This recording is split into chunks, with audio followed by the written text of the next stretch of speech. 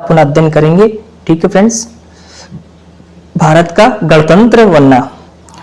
स्वतंत्र होने के बाद हमने संसदीय लोकतंत्र का पथ अपनाया, जो एक अत्यंत महत्वपूर्ण कदम था। हमारे पूर्वजों ने, खासकर बिहार में वैशाली के लिच्छवियों ने लोकतंत्र की ओर कदम बढ़ाया था और ईसा पूर्व 5वीं शताब्दी में लोकतांत्रिक शासन की कुछ संस्थाएं भी स्थापित की थी।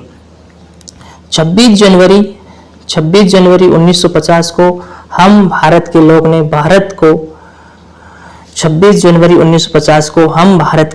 भारत को संप्रभुता संपन्न समाजवादी लोकतांत्रिक गणतंत्र बनाया। संविधान की उद्देशिका इसकी महती घोषणा करती है और तदनुसार 26 जनवरी को पूरे देश में गणतंत्र दिवस मनाया जाता है। ये घोषणा किसी हिंसात्मक राजनीतिक आंदोलन का परिणाम नहीं था। ये महात्मा गांधी के नेतृत्व में पूरे भारत में चलाए गए अहिंसात्मक आंदोलन का सर्वोत्तम उत्कर्ष था। इसमें कोई आश्चर्य नहीं है कि इसी कारण हमें महात्मा गांधी को राष्ट्रपिता कहते हैं। वही हमको गर्व का अनुभव करते हैं। ठीक है फ्रेंड्स, खास बात यह है कि हमारा संविधान देश के जाने माने जन नेताओं से व्यापक परामर्श के बाद अंगीकृत किया गया है। हमारे संविधान की खास बात यह है कि इसमें कहीं जाने माने नेताओं और कहीं विदेशी जो चरित्र चीजें होती है, उत्कृष्ट चीजें होती है, वहां से लिया गया।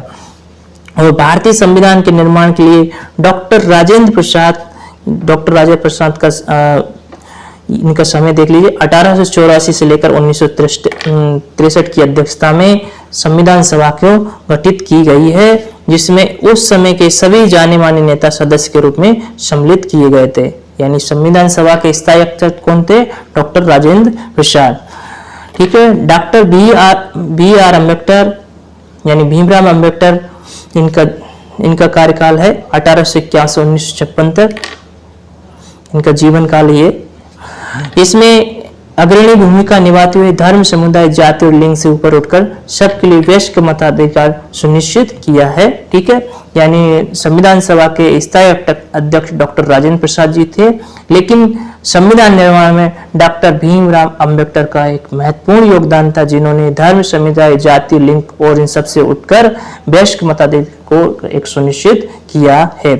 संविधान को इतना युक्ति संगत बनाया कि आज के बदले युग में ये लोकतंत्र का मार्गदर्शन कर रहा है। इसलिए ये उचित भी होगा कि संसद परिसर में विभिन्न राज्यों के विधानमंडल के परिसरों में इनकी प्रतिमाएं भी सुशोभित है। कि गणतंत्र की स्थापना हमारे इतिहास की अद्वितीय घटना है। हमारे पूर्वजों ने भारत को सभ्यता राज्य का स्वरूप दिया था और यही तत्व आज भी हमारा मार्गदर्शन करता है। प्रथम ऋग्वेद और तदंतर श्रीमद् भगवद गीता में हम राष्ट्र शब्द का प्रयोग पाते हैं। पुराणों में भारतवर्ष का बार बार उल्लेख है। मनुष्य संहिता में भी राष्ट्र शब्द का प्रयोग हुआ है।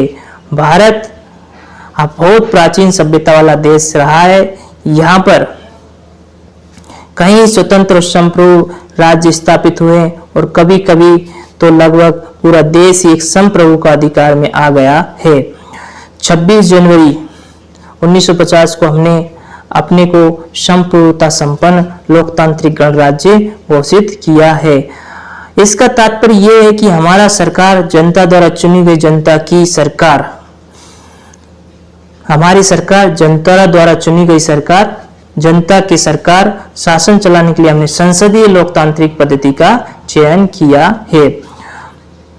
भारत के लोग अपनी संप्रभुता का प्रयोग केंद्र में संसद और राज्यों में विधानसभाओं में अपने प्रतिनिधियों के माध्यम से करते हैं।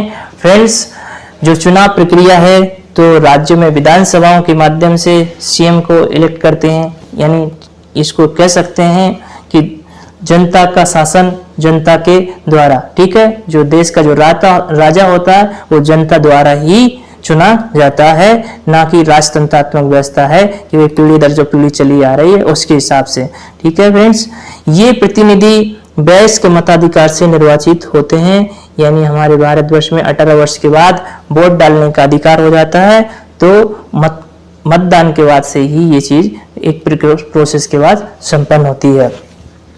संविधान सभी नागरिकों, चाहे वह स्त्री हो या पुरुष हो, अपना प्रतिनिधि चुनने हेतु आसान अधिकार प्रदान करता है।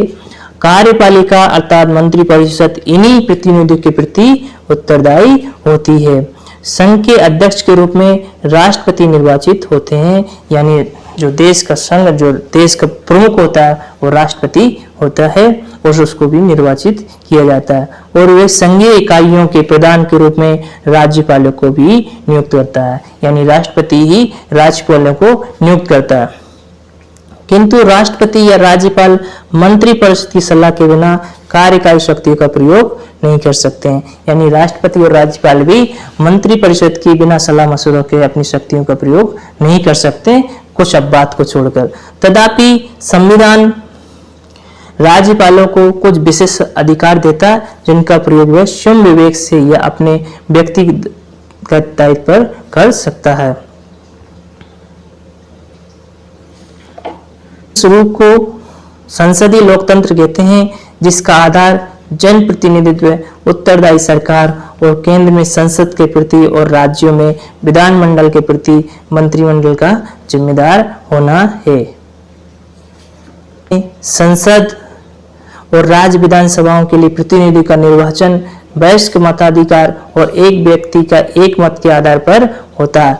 इसका निहितार्थ यह है कि प्रत्येक नागरिक यह अनुभव करे कि ये देश उसका है, और विगत वर्षों में एक नागरिक के रूप में हमने सिद्ध किया कि संसदीय लोकतंत्र में हमारा गहरी आस्था है। हमारे संविधान का दूसरा महत्वपूर्ण पक्ष इसका संघीय चरित्र है। हालांकि भारतीय संघ को भी काफी अधिकार दिए गए हैं। पहला ही अनुच्छेद 1 घोषित करता है कि इंडिया अर्थात भारत राज्यों का संघ होगा। ये एक महत्वपूर्ण शब्द है, इंडिया अर्थात भारत राज्यों का एक संघ होगा। और ये बात किसमें कही गई? अनुच्छेद 1 में। ये संघ के लिए प्रणाली 1950 से कार्यरत, और इसके लिए हमारी राजनीतिक अर्थव्यवस्था को धन्यवाद देना चाहिए, जिसके तहत पिछले वर्ष में ऊंची विकास दर ने पिछड़े राज्यों को गरीब लोगों पर विशेष ध्यान देना शुरू किया है। 26 जनवरी 1950 को डॉक्टर राजेंद्र प्रसाद ने भारत के पहले राष्ट्रपति के रूप में शपथ ग्रहण की है। कब ली? 26 जनवरी 1950 को डॉक्टर राजेंद्र प्रसाद ने देश के प्रथम राष्ट्रपति के पद के रूप में शपथ ग्रहण की। उन्होंने एक तरह से सी राजगोपालाचारी, जो भारत के प्रथम गवर्नर जनरल थे, से राष्ट्राध्यक्ष का पद संभाला है। ठीक है, स्वतंत्र भारत के प्रथम गवर्नर जनरल कौन थे? सी राजगोपालाचारी। ये प्रश्न भी बहुत ज्यादा आता है। गणतंत्र के संस्थापक नेताओं ने भारतीय राष्ट्र राज्य के लिए शक्तिशाली विधायिका और उत्तरदायी कार्यपालिका, एक स्वतंत्र न्यायपालिका और स्वतंत्र प्रेस के रूप में मजबूत संरचनाओं की भी स्थापना की है। संविधान ने भारतीय महालेखा परीक्षक, भारतीय निर्वाचन आयोग, भारतीय संघ लोक सेवा आयोग और सिविल सेवा की परीक्षा की व्यवस्था की, जिससे ये संस्थाएं स्वतंत्र रूप से प्रजातांत्रिक संस्थाओं की कार्य प्रणाली को सार्थकता प्रदान कर सके।